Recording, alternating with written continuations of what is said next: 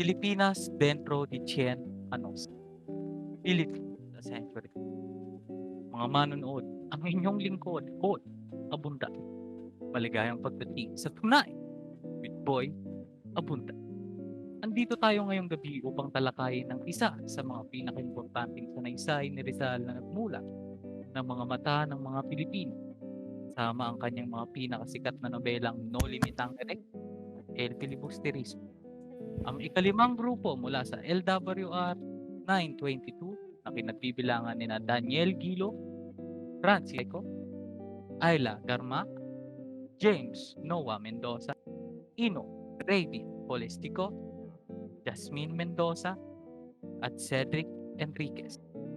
Andito sila upang bigyan tayo ng lakbay sa ating kasaysayan.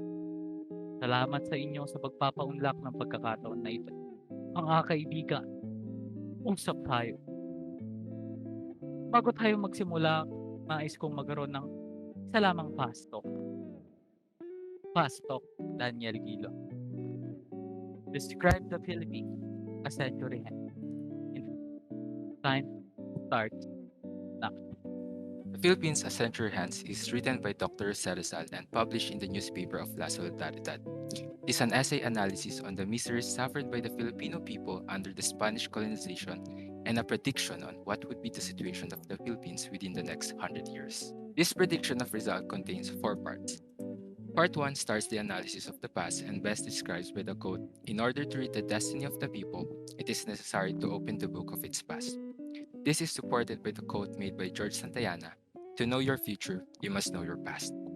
Human nature for me is to constantly question and wonder, what if? As individuals, we constantly ask ourselves how things would have changed if we had done something differently, right? I believe that such introspection is healthy and ultimately helps us in making decisions in the following events, the embodiment of learning from the past that affects the future. In this part, you mentioned past comprehension and also suffering. Ngayon, ano ba yung mga pinagdadaanan ng mga Pilipino noon sa pamumuno ng Espanyol? Anong mga naging epekto para maunawaan namin kung ano talaga ang dahilan ng paghihirap ng mga Pilipino? Isa sa mga nabanggit ni Rizal sa unang parte ng Filipinas dentro de 100 años ay yung pagpapatupad ng Espanya sa Pilipinas ng mga military policies. In essence, napilitan yung mga Pilipino noon, particularly yung mga kalalakihan na sumali sa hukbong militar o Spanish Army.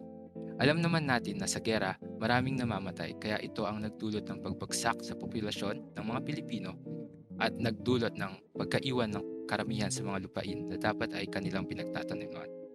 Sunod ay yung deterioration at disappearance of Filipino indigenous culture. Sunod ay yung deterioration and disappearance of Filipino indigenous culture. During colonization, its culture slowly diminished as songs, poetry, laws were replaced by those foreign races. Even up to this time, ramdam pa rin natin yung presence at influence ng Espanya sa ating pamumuhay.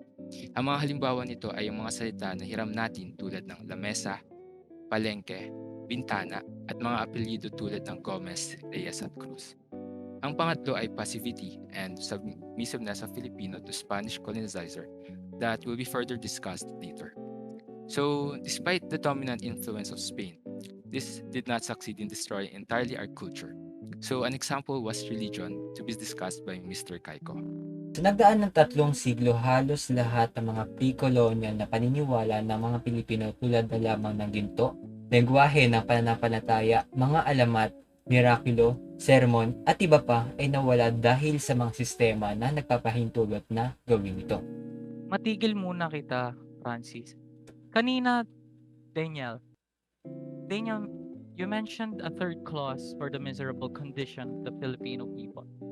If I recall, it was the passivity and submissiveness of the Spanish colonizer. How did this play an important role to the misery of the Filipino people? Time has come when humiliation has reached its unprecedented levels. The loss or banishment of so-called Filipino intellectuals has made the situation worse.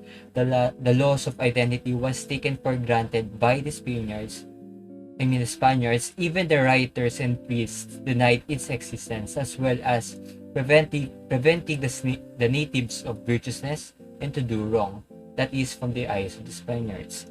Filipinos already know that only death will save them. Now, some Filipinos still believe that there is still an alternative way of salvation through heroism. Alam mo, nakakalungkot, Francis, no? Kasi one time, I've heard this quote from someone that I considered as a hero. Sabi niya ay, tolerance implies no lack of commitment to one's own belief. Rather, it condemns the oppression or persecution of others. Do you think Filipinos committed some form of restraint during its ruthless oppression? Now, in spite of constant insults by these Spaniards, there are some form of restraint where they have realized their misfortune and decided to protest against the reigning power. As usual, they were punished to death, of course, as oppression. Now, this trend continues to pass by and the result remains the same, unfortunately. Now, eventually, these unsuccessful events led to the realization that the Filipino spirit is not obliterated at all. In fact, the spirit propagated and becomes more visible where oppression is a catalyst. To give a context on the future of the country, what do you think would be the political status of our country? Go. Now, Philippines actually had three major tracks to consider. So the first one is to either the Philippines will become an independent state as we are today.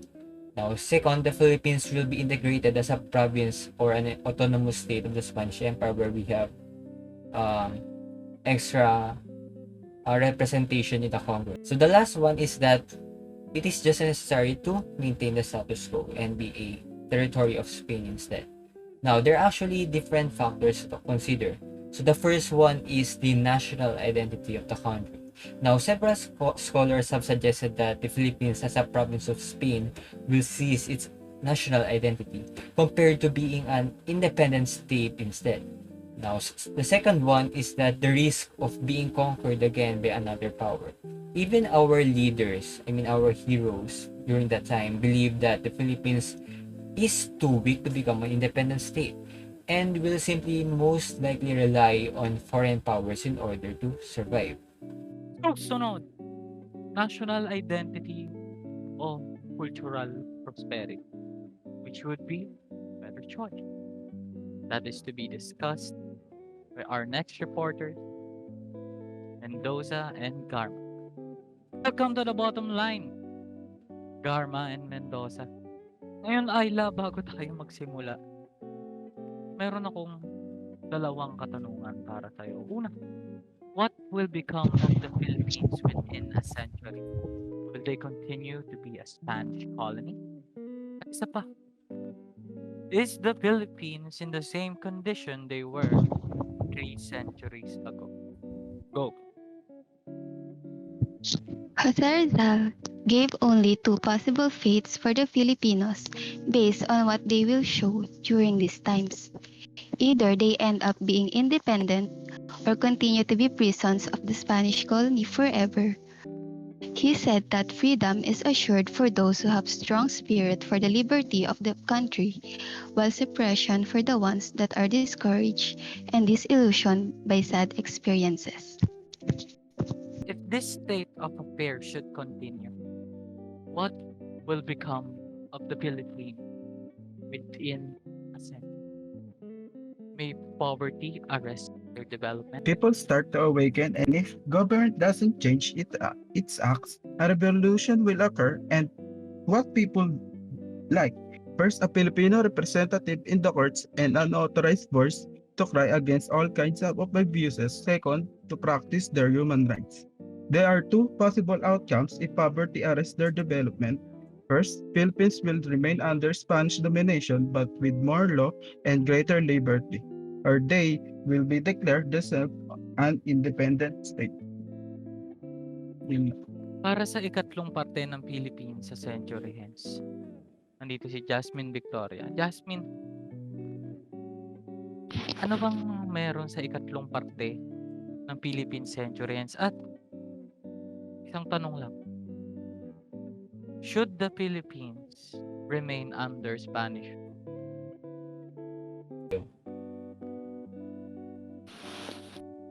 Cruelty of Spaniards in Part 3 talks about how the Philippines were compared to Sancho Panza on Barataria Island, who took a seat, a sumptuous and well-appointed table filled with variety when he was hungry as ever. Musician Pedro Rencio took it all away. In this case, foods or dishes for the reforms.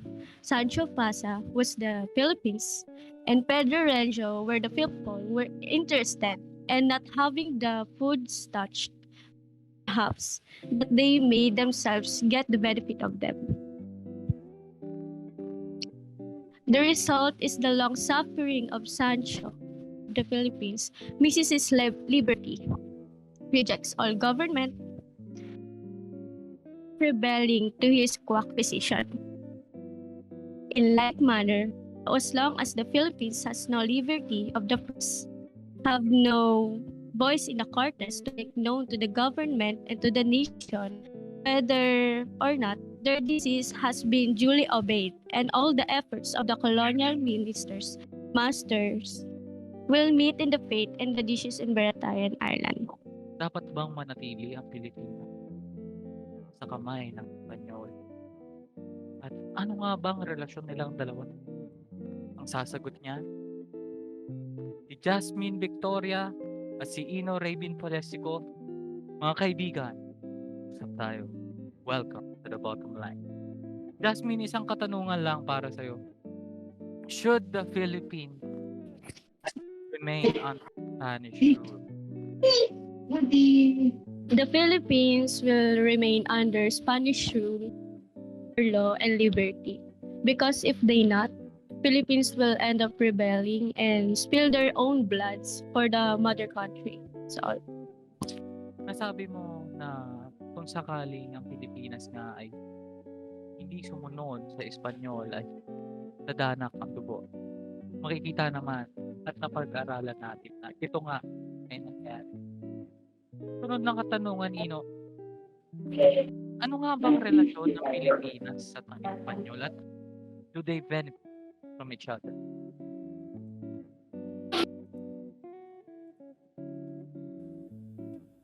Magandang araw, Tito Boy. Salamat sa iyong mga plan. In the last part of Chapter 3, Rizal criticized the ruling of the Spanish in the Philippines. Also include their relationship, reconciliation, and growth. The relationship of the Philippines to the Spaniards. The two races bond each other over the centuries, as it portrays and share many beliefs, ideas, and practices. However, the bond that has been built is not molded by care and understanding. It is built by arms and fear. The Spanish abusive ruling accustomed Filipinos to be contented to what they have and what they can. Hence, the Spanish abolished the reforms for the growth of the Philippines that has been run and ordered by the King of Spain. It is including the commerce, agriculture, security or safety, and education for the Philippines. As the Spanish proprietor doesn't want Filipinos to be their level in society, and they present themselves as superior compared to the Philippines. On the other hand, Filipinos takes a representative that presents the country's condition and its people. However, the officials of the Spain neglects the opportunity of the Filipinos to stand and make voice to the Spanish government. So the Filipinos had been left, ignored in time, and the freedom of press is pointless. Lastly, Tito Boy, Spanish extinguishes the possibility of the Philippines to take part as they see the country inferior to them, and presents that the Philippines can't handle or stand by itself. At para sa huling parte ng Pilipinas dentro de 100 Años, nandito si Cedric Enriquez. Magandang gabi, Cedric. Tatlong tanong lang, Cedric. Tatlong tanong lang. Anong pwedeng mangyari kung sakaling tuloy-tuloy pa rin ang pananakop sa atin ng Espanya? Pangalawa, ano kaya ang ginagawa ng Espanya upang mapigilan ang pagkakaroon ng revolusyon? Nagtagumpay ba sila? At huli, meron bang ibang bansa na interesado kunin ng Pilipinas, taking up what Spain has been unable to hold? Cedric, go. Tito Boy, para sa unang tanong, anong pwedeng mangyari kung sakaling tumuloy-tuloy nga? So, kung sakaling tumuloy-tuloy nga, ayon kay Dr. Jose Rizal, doon sa kanyang essay, meron daw 3 posibilidad na pwedeng mangyari. Una nga ay ang asimilasyon ng Pilipinas sa Espanya, pagiging probinsya nito sa Spain, sa pagkakaroon ng mga Filipinos ng full rights and privileges katulad ng mga peninsulares. Ang pangalawa ay ang destruction ng Pilipinas.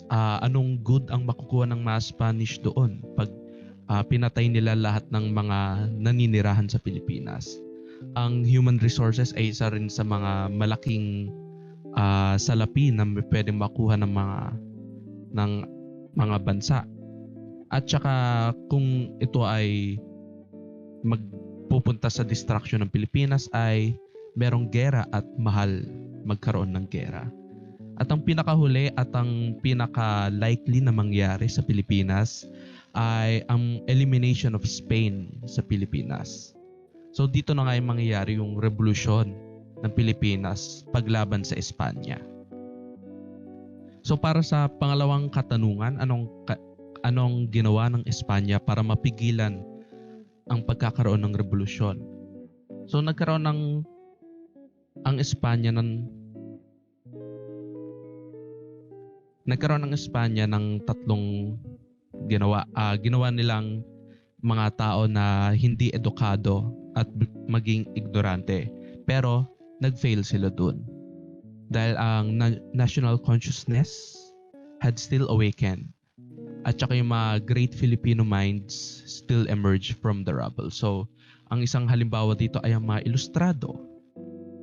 Pangalawa, keeping the people impoverished also came to no avail.